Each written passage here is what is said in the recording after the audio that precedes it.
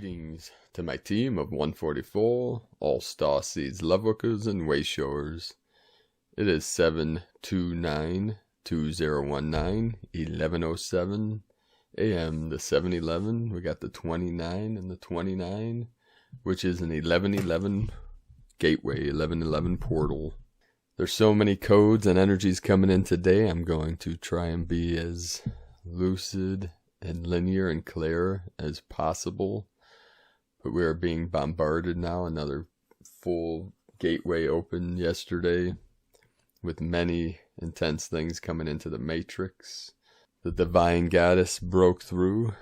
The goddess with the rainbow hair penetrated the barrier, broke on through, and now the vessel is in a state of annihilation. Total annihilation is liberation.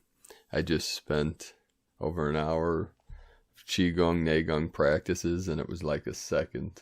That's how intense these energies are. It's 11:09 to 9:11. We're heading into 11:11 on the 11:11 portal. There are many strange things manifesting in the realm yesterday. Many intense energies. My brother and I were together, and we were a witness to it.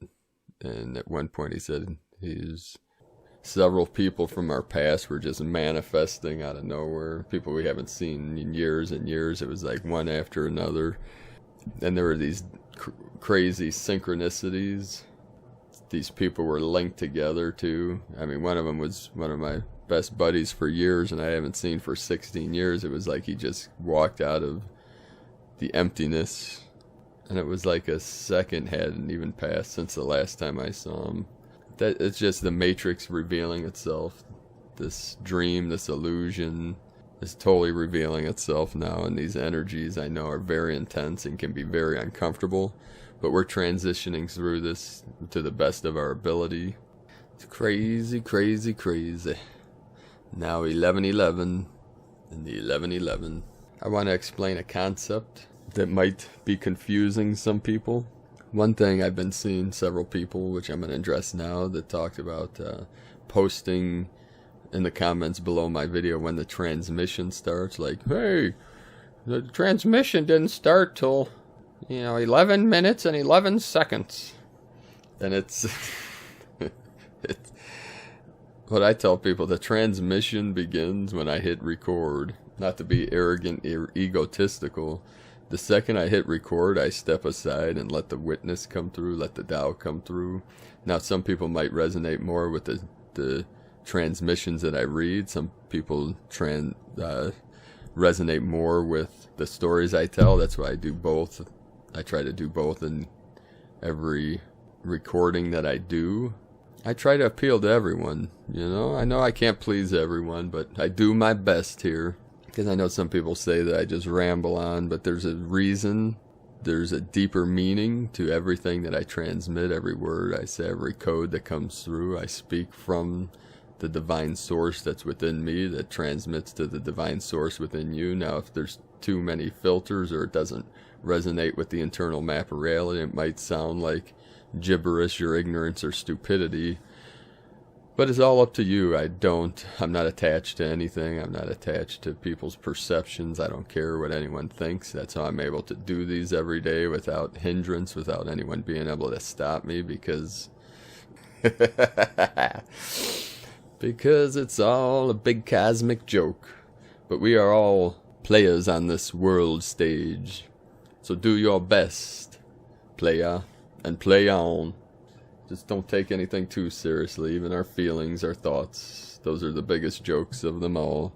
Now, this concept of good versus evil, I saw someone comment or post about that, trying to bash a channeler that said evil exists only in the mind of man. That's because they didn't understand it, and their fear is controlling their perception.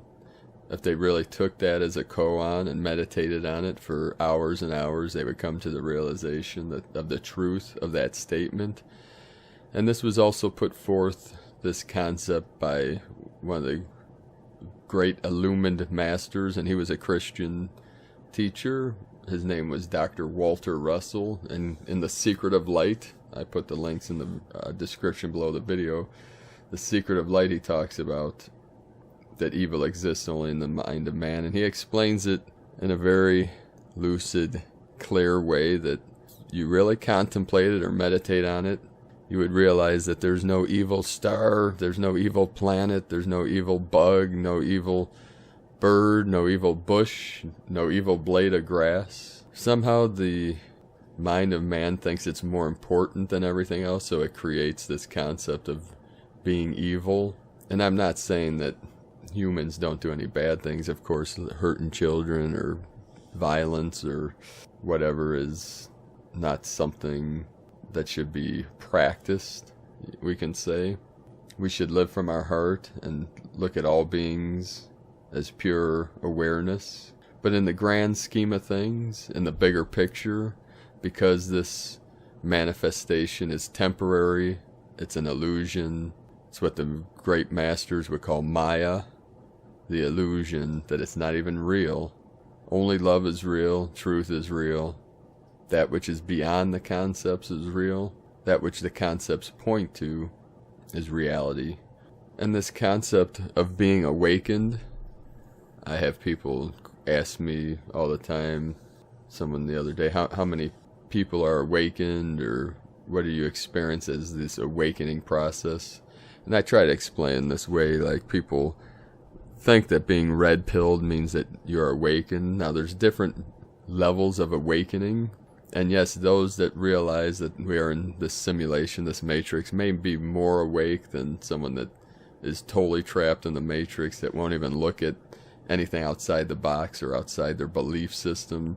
That person that realizes that this is some kind of illusion is one step. There's many levels to awakening, and then there's full awakening, which is what is called rainbow body. Some people think because they read David Icke or do this or that or meditate that they're a fully awakened master. And yes, in a sense that's true. All beings are perfectly awakened Buddhas in their true sense.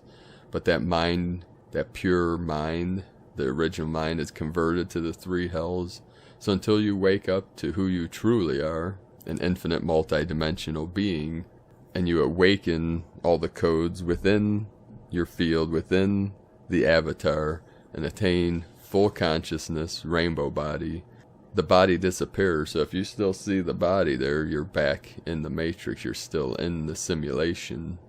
Now you can bring that rainbow body back, what our Sifu calls gold dragon body. Now I know this isn't going to make sense to a lot of people, but to the handful of people out there that this is going to trigger an awakening process, that is why my guides are having me transmit this to you now. Our Sifu calls returnable rainbow body, which in our lineage and in some of the Taoist spiritual practices or philosophies, it's called gold dragon body, where you convert physical matter to light, the alchemy, lead to gold. You can return with that consciousness. So you can be in this world but not of this world. And that is a much higher awakening than just realizing. See, the Zen masters, they'll say that most people do not attain Satori or Nirvana or awakening while they're sitting in meditation contemplating their navel. It is usually more in times outside the meditation hall. And no one knows what will trigger that Satori or awakening, but there's many stories of it. If you read the Zen books on the ancient teachings and the koans are usually when a disciple had an awakening, that it would be, for instance, the Zen master will question the student, they'll give an answer, and then they'll hit him in the head with a bamboo stick, and when that impact happens, it triggers an awakening. Now that awakening is a specific code and frequency within the field, within the DNA, that triggers at that precise moment, and no one knows when that moment is or what will cause that. And some people say that's not true, that means there's no free will. And in a sense, it depends on what you mean free will, depends on what you mean by awakening. We have to be very specific and clear on what that means before we can explain the results. So when we say free will, the free will could be in the creation of the story that you are living out. Was it created before you came into this vessel? Do you create it as you go along? Is it manipulated, or does everything that happens to you in this realm, is it already programmed into your DNA? And you're just living out that sequence. You're living out that freedom. So if you were meant to awaken, if you were meant to attain Satori, if you were meant to attain Rainbow Body, that would be in that code. That would be in your DNA. That would be in your energy body, whatever you want to call the codes that are within the sacred geometry, because your vessel itself, even though it is like our Zen masters will say, one Zen master I trained with, he would call it a skin bag or a bag of bones, only because it's temporary. We're carrying around this field of energy that looks and feels like skin, that has bones and blood and muscle within it. Some people call it a skin suit. And what does the skin contain? Every code, every frequency of our DNA. Our bodies are sacred geometry. They're the golden mean. They are the Fibonacci sequence. All codes are contained within the body, within the vessel, within the avatar. And we're transmitting out into the field the code that has been programmed into this vessel, into this avatar. It is now 11:22, 11:22. The infinite multiverse is within you. We just chose to live out this specific pattern, this specific path, these certain frequencies to expand consciousness, to expand awareness from that still point, through that void, through the nothingness, manifesting the sound, the light, the frequencies, as we're living out the code of the Creator Source, Divine Light, Divine Life. So everything is important and nothing is important. That is the paradox. Emptiness is form and form is emptiness.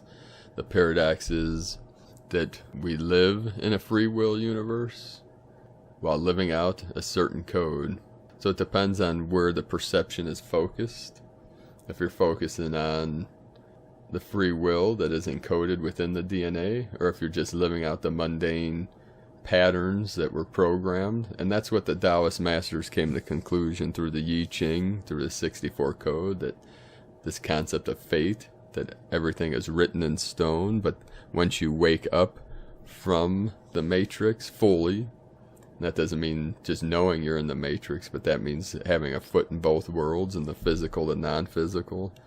That's why some masters will say you have to die before you die, go through the death process to transcend this matrix. It is a little death. It's a form of dying to the false self, the false ego, letting go of the false matrix, as we manifest our true light, our true self, through the pure awareness, without hindrance and without conflict. Because all things are in perfect harmony. It's just sometimes the mind gets in the way. The mind causes the conflict. And Zen Master Benkai would say that all beings are born perfectly awakened Buddhas. That's that pure awareness is converted to the three hells, which is the frightened animal, the hungry ghost, and the angry demon. Those things which cause suffering to the vessel, to the mind, to the body. Then that is all part of the false matrix, the false self. And I brought up the concept of this evil, this concept of evil, only because people have been presenting certain things, such as that certain people that I've been transmitting are evil, or certain concepts that I have been transmitting are evil. Now, I just want to say to the people that might believe that, because many people are misled, it's like they're getting this information from other people, not from their self or their higher guides. Now, I've had people claim that I'm a heathen or a reptilian shapeshifter too, and that's their perception. They can believe whatever they want to believe, and that is the free will, is that you can believe whatever you want to believe. But what I say is just listen to the message. If it's transmitting love, peace, joy, then it is of the source. Now, if there's something that doesn't resonate with you, just let it go. I'm doing my best to transmit to as many consciousnesses in this realm, this higher light, this higher source, these higher concepts, to at least at a minimum get as many people on the path of enlightenment awakening as possible to help uplift all of humanity and help transform this realm into the heaven on earth that we desire, that we deserve, and that is the new earth. And we are the way showers and the love workers that are bringing our highest codes, our highest light, our highest life into this realm. Today's linear transmission, thank you for bearing with me this far. So for the linear transmission, even though people might perceive it as non-linear, the 8-8 Lion's Gate is open. The veil between the physical and spiritual worlds is thinning. And this is from Conscious Reminder, from consciousreminder.com. Sirius, the mysterious. Every year, the stars bless us with their tremendous energy on the 8th of August. This is called the Lion's Gate, and infinite empowerment wait for those who step through this gate on 8-8. August 8th sees Sirius, the brightest star in the sky, rising to visibility on the horizon moments before the sunrise. Sirius is known for granting powers of wealth, devotion, honor, passion, and potent creative talent. Ancient Egyptians believed the rise of Sirius to be directly related to the rise of their Nile River. The river nourished their land and sustained life. The Lion's Gate is the entrance to accelerated ascension, causing major shifting on every level. We are the ones creating our reality, but with this gate opening, things move faster as the energy intensifies. So if you use this gateway, it will magnify your efforts as well as help you with the energy to reach fruition. How numerology interprets the 8. Numerology says the number 8 is the embodiment of equalization and balance in all realms. Alignment and harmony are brought by the changes and shifts which the number 8 causes. Peace and success await you if you can let go of unbalanced objects under the influence of 8-8. Gives us the inspiration for far-reaching ideas, financial security, achievement, leadership, and ambition. It is no wonder that the symbol of infinity is the number 8 lying on its side, signifying immortality and limitless power. Our DNA structure also mirrors the number, and the number mirrors our DNA in the fact that it stores codes for us to access during times like the opening of the Lion's Gate. The Lion's Gate opening on the 8th day of the 8th month activates the power of 8-8. The lion's roar. As intense as the energy of the Lion's Gate is, we also have the vitality of the sun infused in it. The first half of August has the sun shining on the zodiac of Leo, the sun child. Pride, purpose, and expression of life are the works of Leo. When you step through the Lion's Gate, you get to experience the divinity inside you and embody it. The sun residing in the center of the solar system and Leo, the king of the jungle, are both ideals of the self-centeredness and self-importance. The god of light represents our spirit center. Leo, being the ruler of the heart, teaches us to lead, motivate, and live from our hearts. Leo gives us fortified life force to move ahead. The courageous ones among us who can cross the entrance of the Lion's Gate will be invited to the divine alignment. It gives us access to our true potential, which will help us shine. Those born under the Leo sign resonate more deeply with this energy than the rest, unlocking the doorway into their own mysteries. The connection with the third chakra, the solar plexus chakra, which is the energy center of our personal powers, is associated with Leo and the sun. The opening of the Lion's Gate on 8-8 is our chance to amplify the powers and use them to ascend. If your solar plexus chakra is balanced, you will have greater confidence, self-control, as well as willpower. The cycle of manifestation and prosperity are directly linked to it. This upcoming energy portal can be used by those struggling financially. During this time, your thoughts are directed towards abundance, and you can easily access the flow of resources. Thus we can see that the upcoming Lion's Gate on August 8th is a whirlwind of intense power, and you need to engage in it with positivity. The energy from the solar plexus can be triggering issues related to authority and make you question your purpose in this life. This overactive energy can turn you bossy and aggressive, so be careful. Any unrestrained power, including solar, can become volatile if you do not remember to act from the heart. You need to balance the powers of the sun with the generosity of the heart and love of Leo. Do not be afraid of the power surging through you this August, and listen to your heart. The higher powers will guide you. And this is from ConsciousReminder.com. Here's a quick quote from Christine Day. Let go of fear. Choose to let go and open up past the illusion of fear. Fear itself cannot harm you. So allow your awareness to move beyond the fear within your heart. All is in hand in every moment.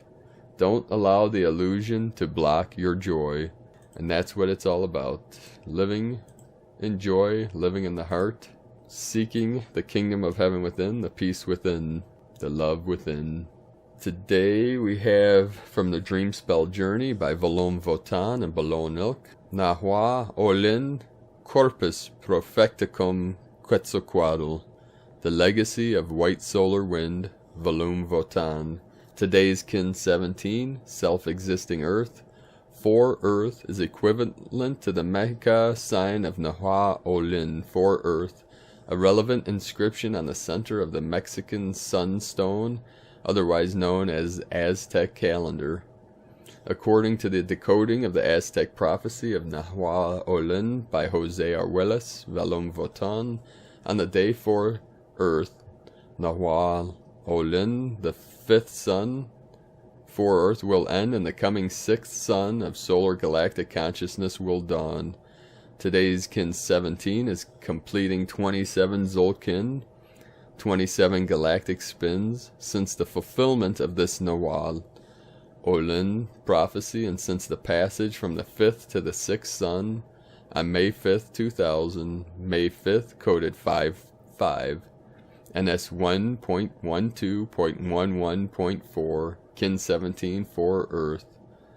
The Shaking Earth, Nawal Olin, which features the extraordinary planetary lineup, is from the 260 postulates of the dynamics of time.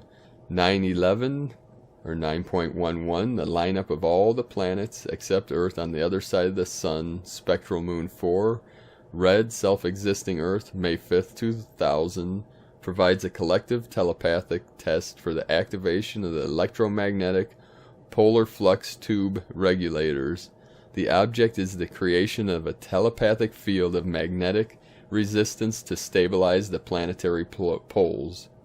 Kin 17, red self-existing Earth. I define in order to evolve. Measuring synchronicity, I seal the matrix of navigation. With the self-existing tone of form, I am guided by the power of space. Harmonic 5, resonant matrix, self-regulate, universal fire of attunement. So as we transition into time is art, time is love, we are manifesting the new earth through our desires, our passions. I know at times the passions of the heart may feel uncomfortable to the body, to the nervous system, may feel at times of anxiety.